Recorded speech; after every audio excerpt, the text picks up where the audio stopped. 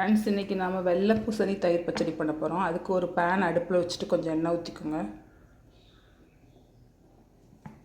எண்ணெய் சூடாகட்டும். எண்ணெய் சூடாயிடுச்சு. கடுகு உளுந்து பருப்பு போட்டுக்கோங்க. கடுகு வெடிச்சிருச்சு. கட் பண்ணி வச்ச வெங்காயத்தை சேர்த்துக்கோங்க. வெங்காயம் சேர்த்தாச்சு. கொஞ்சம் உப்பு போட்டுக்கோங்க.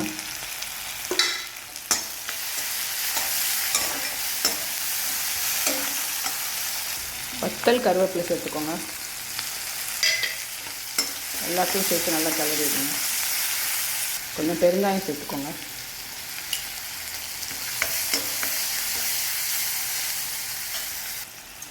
வெங்காயம் வதங்கிடுச்சு. இப்போ கழுவி கட் பண்ணி வச்ச வெள்ளை பூசணியை சேர்த்துக்கோங்க. அதே வெங்காயத்தை கூட நல்லா கிளறி விடுங்க.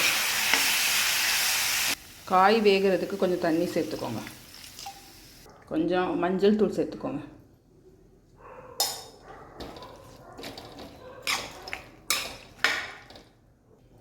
ஒரு மூடி போட்டு நல்லா வேக விடுங்க.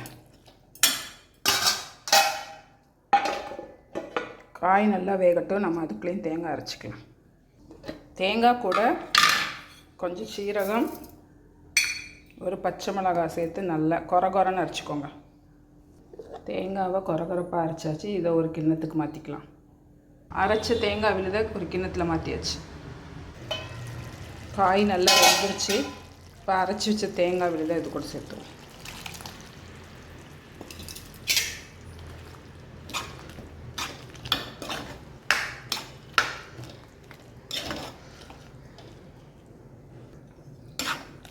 இது கொஞ்சம் வத்தி வரட்டும். நம்ம அதை இறக்கிடலாம்.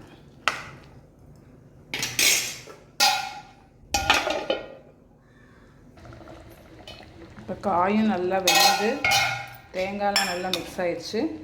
இப்போ நம்ம ஸ்டவ்வை ஆஃப் பண்ணிடுவோம். இது ஆறினவுடனே இது கூட தயிர் ஊற்றி தயிர் சேர்க்கணும். இது கூட சேர்த்தா சுவையான வெள்ளை பூசணி தயிர் பச்சடி ரெடி. தேங்க்யூ.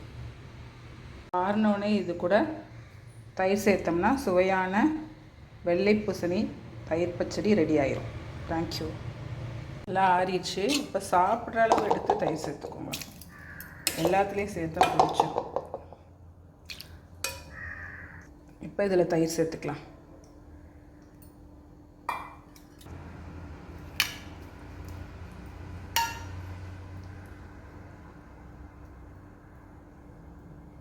சுவையான வெள்ளை பூசணிக்காய் தயிர் பச்சடி ரெடி.